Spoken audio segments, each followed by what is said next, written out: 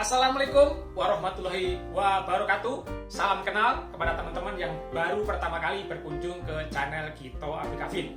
Pada video kali ini, karena kita sudah memasuki bulan Desember, akhir tahun, yang mana ada yang namanya Nataru, Natal dan Tahun Baru. Apakah ada aturan dan syarat terbaru mengenai perjalanan naik pesawat pada bulan Desember untuk menyambut Nataru, Natal dan Tahun Baru? Kita ikuti setelah intro yang lewat berikut ini.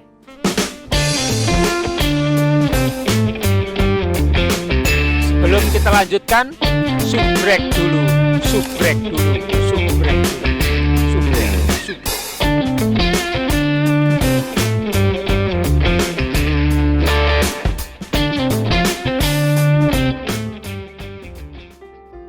Baik teman-teman, kini pemerintah sudah mewajibkan seluruh masyarakat yang melakukan perjalanan menggunakan pesawat terbang, yaitu diwajibkan adanya vaksin booster.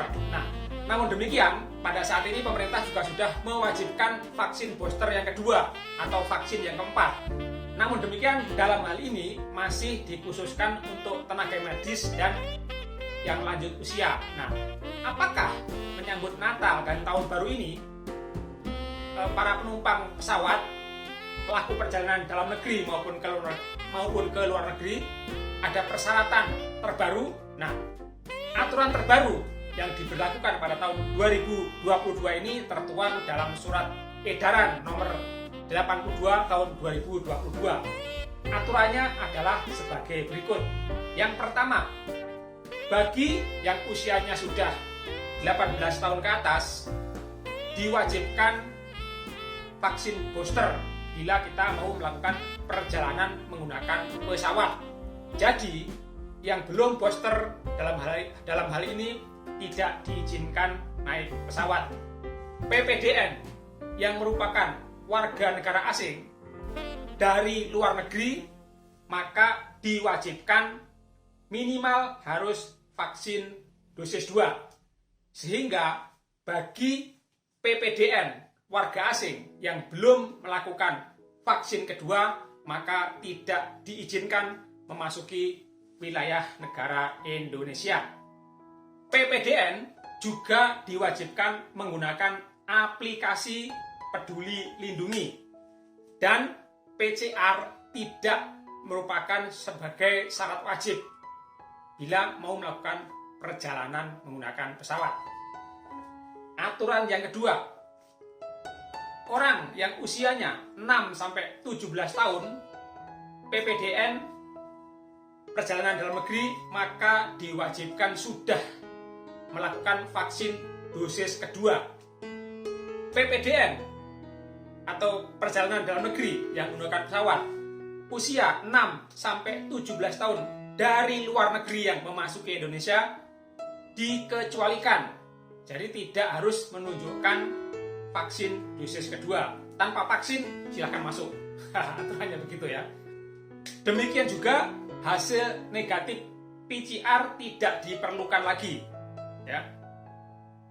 Jadi bagi pelaku perjalanan luar negeri yang usianya 6-17 tahun dari luar negeri yang melakukan perjalanan ke Indonesia tidak diwajibkan untuk vaksin kedua maupun tidak diwajibkan untuk menunjukkan hasil negatif PCR. Namun demikian harus menggunakan aplikasi Peduli Lindungi. Aturan yang ketiga, bagi siapa saja yang usianya 0-6 tahun maka tidak diwajibkan untuk menunjukkan sertifikat vaksin dosis 2 maupun ketiga. Jadi yang usianya 0-6 tahun itu tidak diwajibkan menunjukkan vaksin sama sekali. Tidak ada kewajiban menunjukkan vaksin sama sekali. Begitu juga dengan tidak ada kewajiban menunjukkan hasil negatif PCR. Namun demikian dengan catatan ada yang mendampinginya. Tentunya yang mendampinginya adalah yang sudah memenuhi persyaratan melakukan perjalanan dalam negeri. Bagi mereka yang bagi mereka yang memiliki komorbid atau gejala penyakit yang apabila menerima vaksin dapat menyebabkan penyakit-penyakit yang lainnya, maka dalam hal ini tidak diwajibkan untuk menunjukkan hasil COVID-19 ataupun negatif PCR. Namun demikian, harus menunjukkan surat keterangan dari rumah sakit yang menyatakan bahwa yang bersangkutan memiliki komorbid dan tidak diperbolehkan untuk menerima vaksinasi baik dosis 1, 2, maupun 3. Dan aturan umum terkait protokol kesehatan masih tetap harus dilakukan oleh seluruh orang yang melakukan perjalanan dalam negeri maupun ke luar negeri, yaitu tetap harus menggunakan masker, harus menjaga jarak, dan tidak boleh berbicara di depan orang secara langsung ya. Jadi untuk menghindari tertularnya COVID-19 dari orang lain, itu merupakan protokol umum kesehatan yang masih diberlakukan di tempat umum hingga saat ini. Nah, itu tadi teman-teman peraturan penerbangan dalam negeri dalam rangka Natal dan Tahun Baru. Nah, kalau diperhatikan, jadi peraturan ini tetap tidak ada perubahan ya, hanya saja ada tambahan, khususnya orang yang tenaga medis dan lansia, ini sudah dalam tanda petik diwajibkan untuk booster kedua, yaitu vaksin keempat.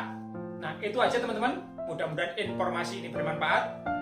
Silahkan dibantu untuk klik tombol like, subscribe, share, dan komen.